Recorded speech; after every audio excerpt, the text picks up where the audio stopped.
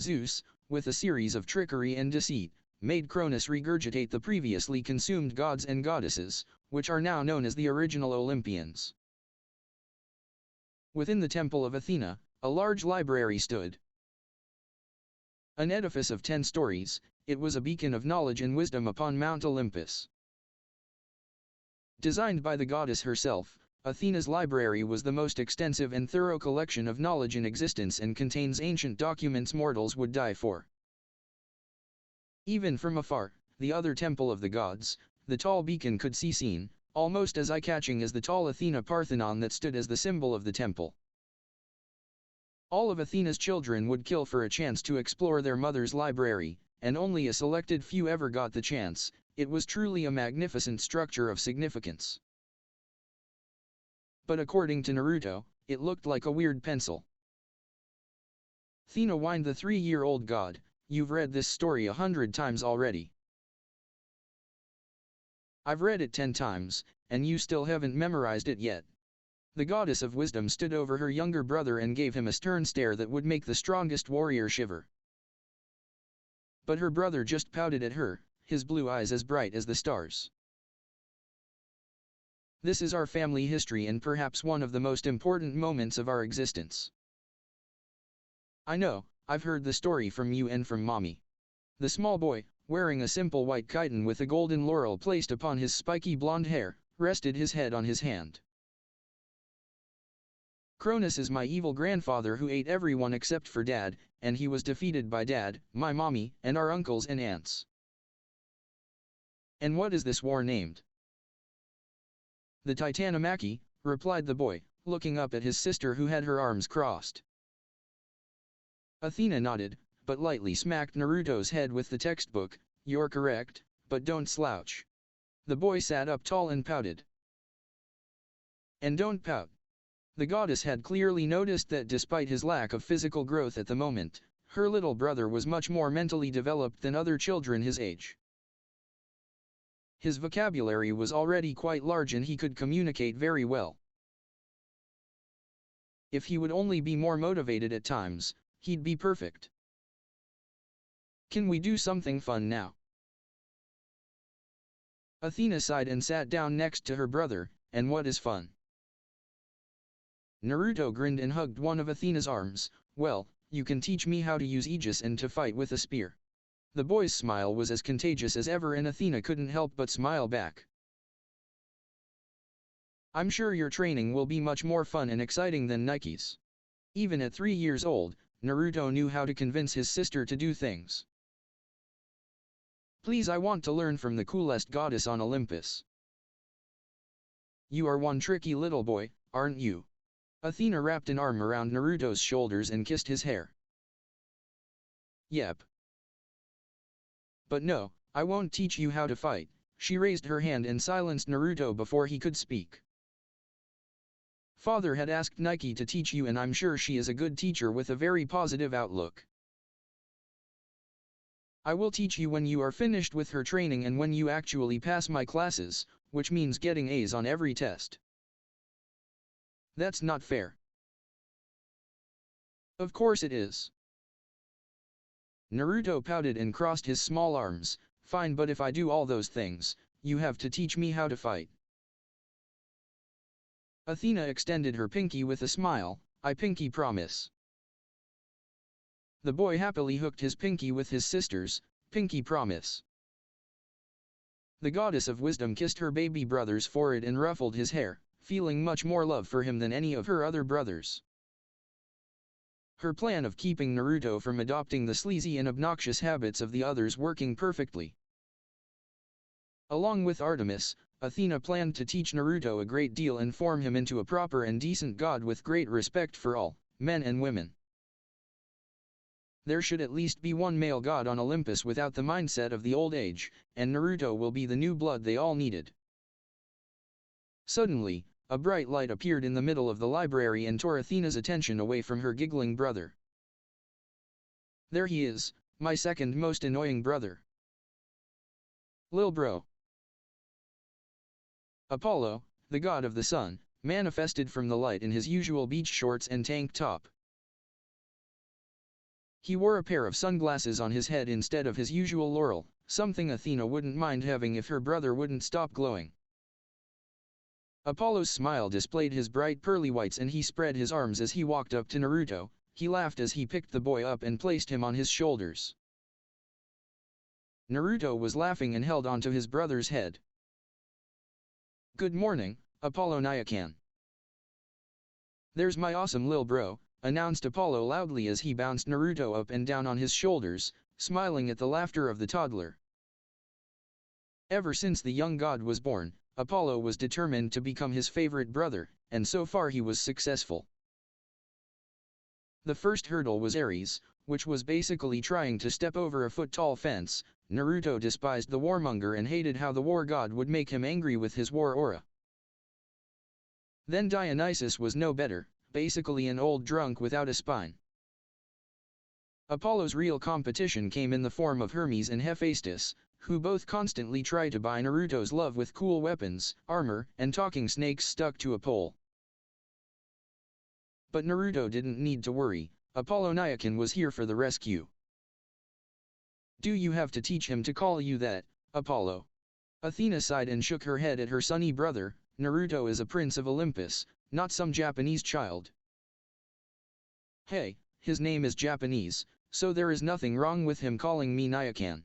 Apollo grinned and gave Athena a look. "You're just jealous I'm so much closer to him." Athena rolled her eyes. "Whatever you say, Apollo." The god of prophecies lifted his brother from his shoulders and placed him in his arms. "So you ready to go, kiddo?" Naruto nodded with a grin. "Yep." "See ya later, Athena." The young god gave his sister a smile. Bye, Athena." Athena sighed again and watched her baby brother wave goodbye at her as Apollo enveloped him in a blinding light. She didn't like having Apollo teach Naruto about the human world. If it were up to Athena, she would teach Naruto everything and Artemis should show him around the globe. The last thing she wanted was for Naruto to adopt the same qualities as his brothers. A poem-obsessed, womanizing Naruto wasn't something she ever wanted to see. "I'll have to make sure that Naruto listens to me more than that sunny idiot." "Where are we going today, Nyakan?" chirped the tiny god as he sat in a car seat on Sol, Apollo's sun chariot. Since his little brother was on board, the sun god morphed his chariot into the form of a Mini Cooper. The Maserati was a little too much for a family car. "Can we go to Tokyo again? I'm hungry and I want ramen." "Sorry, but no Japan today," Apollo grinned, "but don't worry lil bro, we're going to a place with pretty good food." Since Apollo regularly made trips around the world on his chariot, Zeus had tasked him to teach Naruto about the world. In the past year, the sun god had toured the world with his little brother. They went camping and fishing in British Columbia, caught a hockey game in Detroit, went to a soccer game in London, had a feast in Tokyo, went hiking in South America, and visited a safari in Africa. Naruto loved every single place they visited, but much to Apollo's eternal joy, he loved Japan and the ramen they serve. Though there was nothing like visiting Greece with the new god. Athena had already read Naruto a few stories of their time in Greece, and Apollo brought him there to show him, brought him to their old home. Athens, Sparta, and Delphi looked nothing like they used to, but it was still a sight to see. The nostalgia was lost to the young god, but Apollo had the time of his life showing his brother where everything used to be. He showed Naruto the stone Mother Rhea used to trick Cronus, the ancient cave Zeus grew up in, and of course, the ancient site of the oracle. He decided to skip over the ruins of Troy. That damned place still made him sick. "Are we going to Shanghai?" asked the boy curiously. "I could eat some dumplings again." "Nope, we're staying in the United States today." "Not McDonald's," whined the god of the four winds. Apollo laughed and patted his baby bro's hair. "Don't worry, I'm not bringing you to that horrid place ever again." The last time the sun god brought Naruto to a McDonald's. The boy blasted the Ronald McDonald clown into pieces with a bolt of lightning. Thank Hecate that the mist made the mortals as oblivious as ever. You might accidentally kill someone this time. I don't like clowns. Don't worry, kiddo, there are no clowns where we're going to a place with a lot of pretty girls. Boring, pouted the boy as he crossed his arms. You wouldn't say that when you're older, lil' brother. Looking down from his chariot, Apollo accelerated, wanting to arrive at their destination sooner. The mortals would just have to suffer a shorter day. His father had said not to bring Naruto to Camp Half-Blood or Camp Jupiter yet, but there was one more place they could visit that would be quite fun. Apollo understood why his father didn't want Naruto to see the camps yet. He was still very young and he shouldn't let mortals see him until he was older and had the stature of a true god. Not to mention that the Romans and Greeks ordeal. Soon, more and more demigods at the camps will be praying to Naruto, and from their prayers he will develop more. Unlike the others, he probably wouldn't have two separate aspects, Greek and Roman, since he didn't live through the different eras, but it would be easier for him if he was more developed. Are we there yet? Almost, just sit back and take in the scenery. Apollo watched as his brother peered out the window, resting his head against the door with a bored look on his face. As the god of sight, he couldn't help but wonder how Naruto's life would turn out. Even with his glimpses into the future, Apollo couldn't tell. As a son of Zeus and Hera, it would only be natural for Naruto to become a powerful god. For some reason, Apollo couldn't shake the feeling that his little brother would play a part of the great prophecy, maybe even the lead role. Some cloud nymphs and wind nymphs followed after Soul and waved happily at Naruto, paying a kind tribute to their lord, the commander of the four winds. Naruto, being the child that he was, giggled and waved back to the spirits, making them gush and giggle at how adorable their young lord looked. After Ares and Hephaestus, Apollo could see the surprise of the spirits whenever they could see Naruto. He was much more normal. Okay, we're here. Apollo grinned as he set his chariot to autopilot and placed a hand on Naruto's shoulders.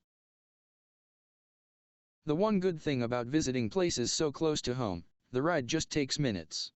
The two godly siblings were enveloped in a shroud of sunlight and vanished from the chariot. Where are we? In the middle of Kansas somewhere, answered the god of the sun with his hands placed in his pockets. You should get familiar with this place. Your subordinates often unleash tornadoes here and you will be getting reports from them when you're older. Okay, muttered the boy, not really understanding. He hadn't even met his subordinates yet. Apollo squinted his eyes and looked out at the open fields. His golden hair looked to be glowing as the sun shined above them. Naruto held onto his brother's hand and tried to see if there was anything around, but his eyes weren't as good as his older brother. Apollo smiled when he saw something a fair distance away and tugged at Naruto's hand. Wait for me here, okay? The god of the sun smirked. Don't wander off, I'll be back to get you in a second. Okay, but hurry up. You got it, lil' bro, I'll go the speed of light. Naruto shrugged as his brother vanished with a flash of light. He was getting used to seeing such things. The boy merely sat down in the middle of the giant golden field of wheat, a place he knew his Aunt Demeter would love. Perhaps it was because of his domain, but Naruto felt very comfortable lying in the fields with nothing but the sounds of blowing wind as music. With a smile, he levitated himself and hovered just above the crops, floating weightlessly as he stared up at the blue sky and white clouds. He plucked up a shard of wheat and played with it as he sighed. His mind couldn't help but wander back to the lessons Athena had taught him and how she mentioned that the sky was actually their great-grandfather, Uranos. At first Naruto was extremely excited to learn about the primordial of the sky, wondering if he was as cool as his dad, but the story soon turned sour. Naruto couldn't really understand how Uranos would treat his children so badly. The young god couldn't even imagine his mommy and dad throwing him into Tartarus. It made him uncomfortable thinking about it. Then Athena told him the story of Cronus and Rhea. That made Naruto feel even worse. He loved his grandma. All the stories with such terrible fathers just made Naruto feel sick. In his opinion, all fathers should love their children, just like how Zeus loved him. He. Some giggling broke Naruto out of his thoughts and made him look over. It was pretty far away, but Naruto heard some girls laughing. Sometimes the wind would carry to him sounds from far away. Floating higher into the air, Naruto saw a group of girls setting up some sort of tents around a farmhouse. It was the one place in the large wheat field with a small forest of tall oak trees, and the girls were running around in the shade. They were all wearing silver hoodies and silver camouflage pants, and for some reason they had some sort of aura of power surrounding them. It looked fun and felt interesting. By the time Naruto found a smile on his face, he was already flying over to the girls.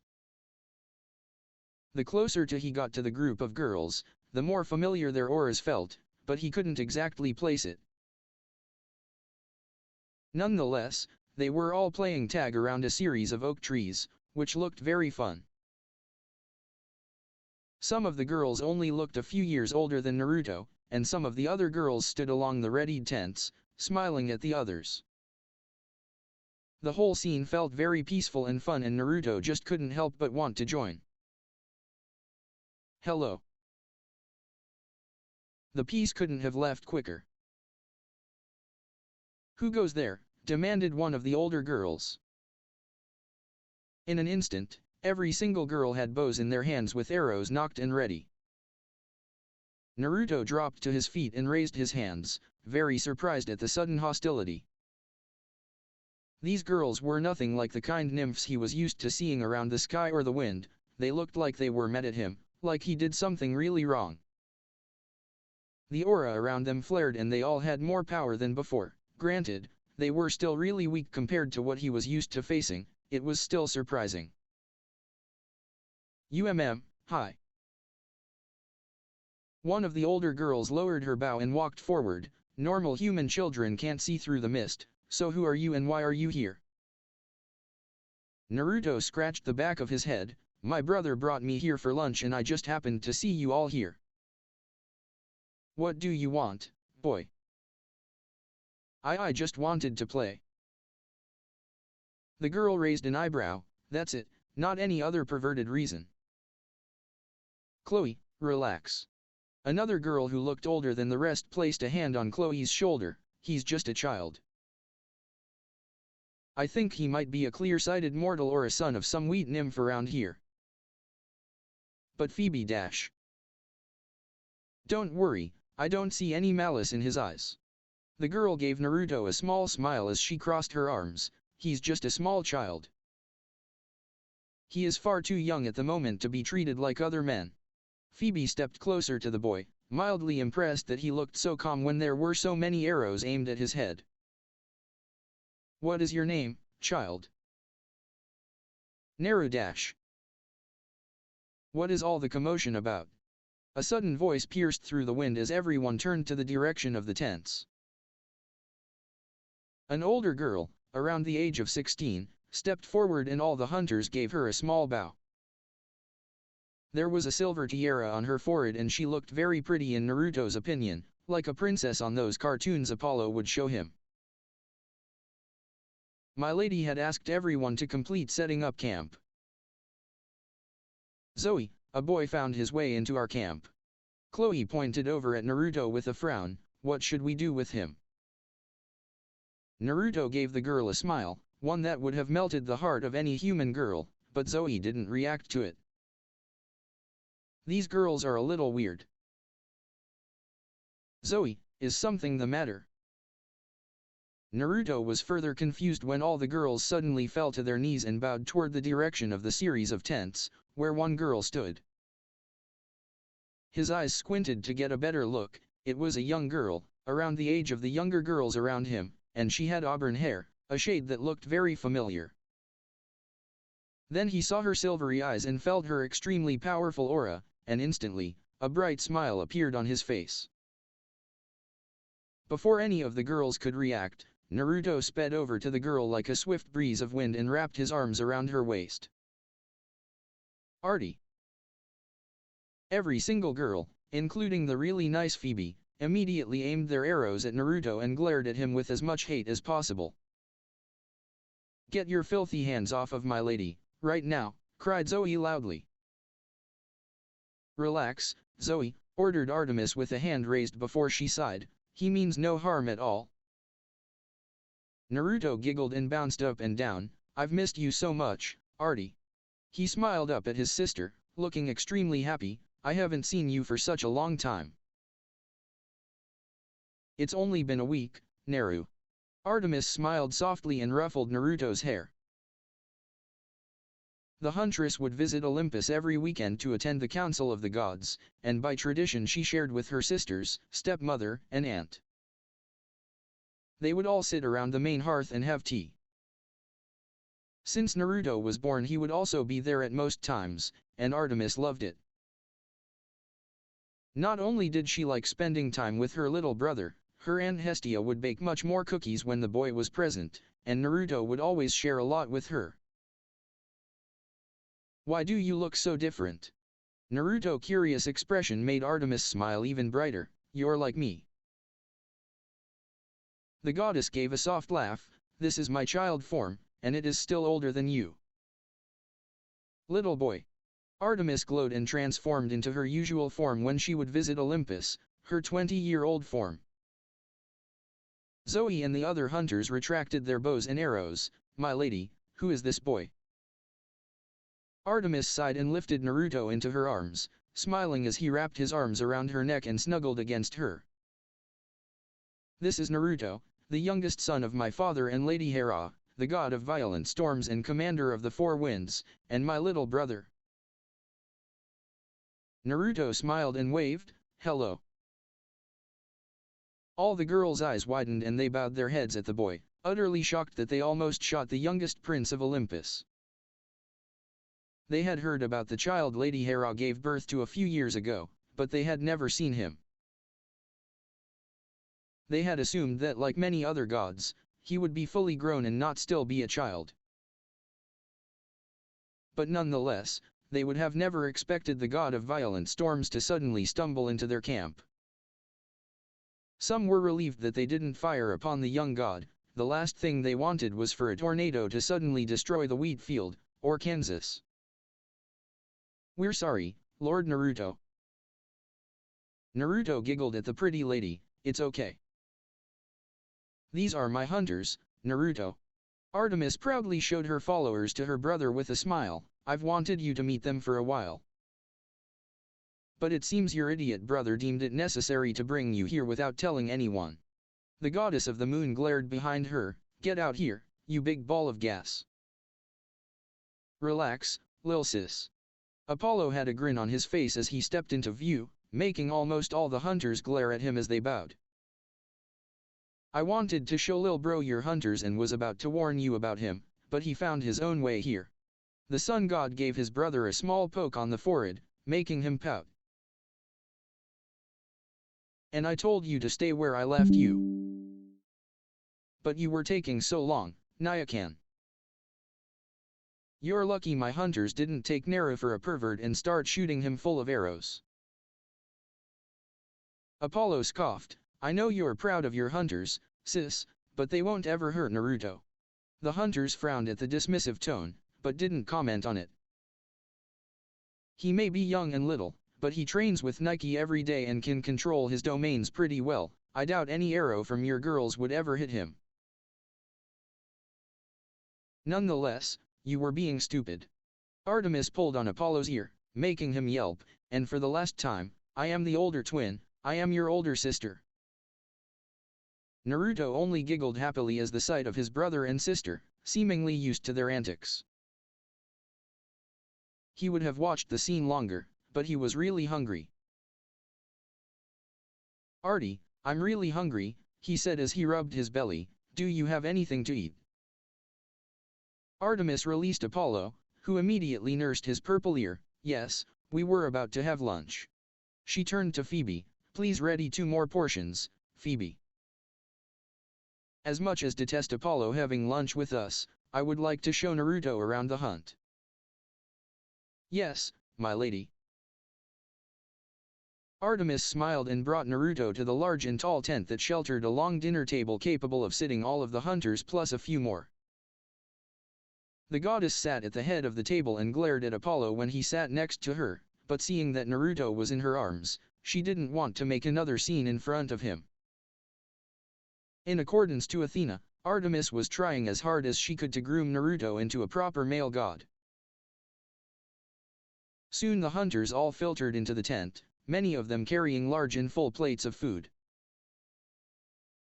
The long table was quickly filled to the brim with food, roasted boar and chicken with mountains of salads made from freshly picked greens and berries. Artemis filled a plate and placed it in front of Naruto. Give it a try, Naru, it's not as good as Aunt Hestia's food, but it is still quite delicious. Thanks, Artie. The twins smiled at the sight of Naruto shoving the food into his mouth. He had gotten bored of the ambrosias and nectar on Olympus. Sometimes it was just better to try something different. The boy looked happy to have lunch with so many people. He really appreciated family, just like his mother. Both Apollo and Artemis had noticed that ever since Naruto was born, everyone enjoyed having dinner together more at night. Even Hephaestus stopped being so reclusive. Naruto was quickly becoming the glue of the Olympians. Is there anything else you need, my lady? Artemis smiled and shook her head at her lieutenant. Everything is fine, Zoe, take a seat and join us. Zoe smiled and nodded. Yes, my lady. Naru, this is Zoe Nightshade, my lieutenant. Zoe bowed a little at the young god as Naruto smiled. Zoe is really pretty. His squeaky voice seemed to cut through conversations and many hunters looked over at him and Zoe, who looked surprised at the child's words. Even Artemis herself looked surprised. Thank you, Lord Naruto. Ho ho ho, laughed Apollo as he grinned at his brother. Already have a crush on a hunter, lil bro. Artemis hissed and smacked Apollo's head. Shut up, idiot. What's a crush? Asked Naruto looking up at his sister. Nothing, absolutely nothing. Artemis gestured back to the food. Come, let us continue our lunch. Apollo had a grin on his face the whole meal. Just like other gods, Naruto should have quite the interest in the ladies, and even if Athena and Artemis were to shelter him so much, it wouldn't change anything. Apollo could already see himself bringing Naruto to a club in California with Hermes. It would be awesome to see his brother grow into a real man. He wouldn't be excited for Hera's reaction, but sooner or later, they might have to build a cabin for Naruto at Camp Half-Blood. Artemis, who looked like she knew what her twin was thinking, glared at him with her eyes glowing silver, making him look away with a smirk. As if protecting Naruto from Apollo, Artemis lifted her little brother and placed him on her lap, making sure to block out the sun god. The hunters were a little shocked that their patron goddess was being so affectionate to a boy, even though he was her little brother. Though most of them were fine with it since Naruto was only a child. Naruto looked around the camp as he munched on his salad. Can you teach me how to shoot arrows, Artie? Hey, cried Apollo, you ask me to teach you that? Artemis smirked and wrapped her arms around Naruto. Naru is obviously a smart god and he wants to learn from the more skilled archer. Apollo glowered at his sister. His reputation for his brother was very important. After all, I've been hunting since ancient times and you've basically stopped using your bow since you started chasing girls. Naruto grinned. It's okay, Naya can. Apollo frowned, but looked at his brother. I still want you to teach me, but I want Artie to teach me too. Apollo smiled and patted his head. Fine. Artemis gave a small laugh and held Naruto tighter. You have a lot of teachers, don't you? Naruto smiled and continued to snack on his food. Nike is teaching you, we are teaching you. And I'm pretty sure father is going to teach you how to use lightning. The hunters stared at Naruto and wondered how powerful he would become when he fully matured. Don't let it get to your head, Naru, pay attention to Athena and make sure you take her lessons into account. I will, muttered the boy as he reached for more food. Artemis smirked, you don't want to develop a big head like your brothers. Ha ha. Apollo sighed, already regretting their visit to the hunters' camp. My lady, we're finished. Zoe stood with the other hunters and bowed to the goddess and gods, Phoebe, and I will start the afternoon training for the girls. All right, go ahead, Zoe. Naruto smiled at the pretty girl, bye, Zoe. Zoe bowed, thank you, my lady, and goodbye, Lord Naruto. Apollo was about to say something, but one look from his twin changed his mind. He didn't want to dig another arrow out of his ear, though he did find Naruto's comments to Zoe incredibly amusing. If the youngest son of Zeus and Hera developed feelings for Artemis' oldest hunter, Aphrodite would have a field day. That kind of drama would be like an amplified version of Paris and Helen. And as much as Artemis loved Naruto, Apollo wasn't sure how she would react if her little brother tried to take Zoe away from the hunt. Artie, asked Naruto as he stared at the girls walking away from the tent. Artemis adjusted her little brother's position on her lap and looked down at him. What is it? She asked as she kissed the top of his head. Feeling no more hesitation to smother Naruto with affection with her hunters gone. Why were some of the girls glaring at me when they saw me?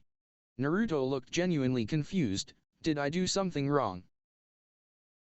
Artemis smiled sadly and shook her head. No, some of the girls just had some bad experiences with boys in the past.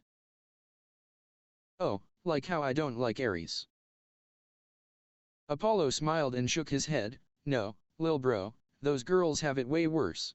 He sighed and rested back on his seat. Honestly, we gods will never really understand mortals. Especially since your parents love you so much.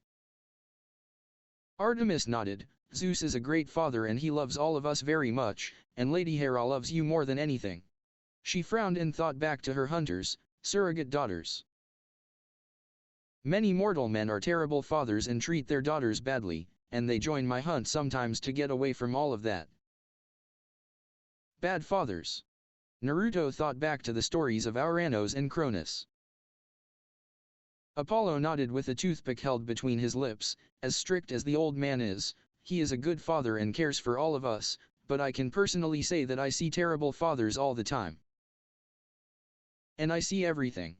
The sun god snapped his fingers and pointed at his twin. That reminds me, I have a list of homes with bad father and little daughters for you. Artemis nodded. Good, my newer hunters need some practice.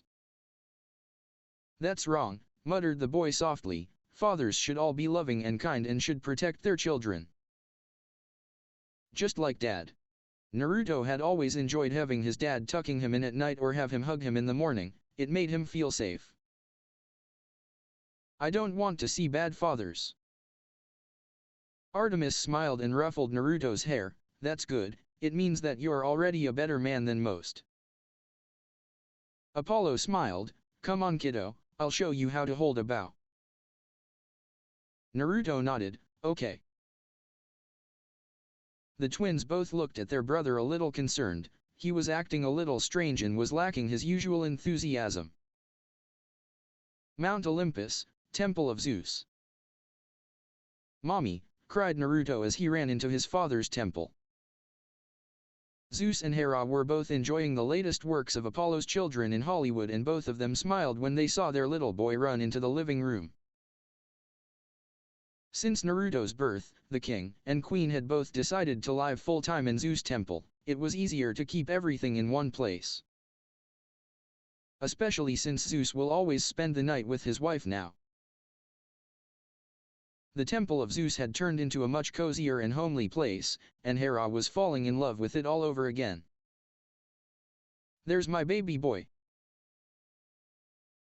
Hera scooped Naruto into her arms and pulled him close, kissing the top of his head as she sat back down on the sofa. Zeus smiled and patted his son's head, chuckling when Naruto sent him a bright grin.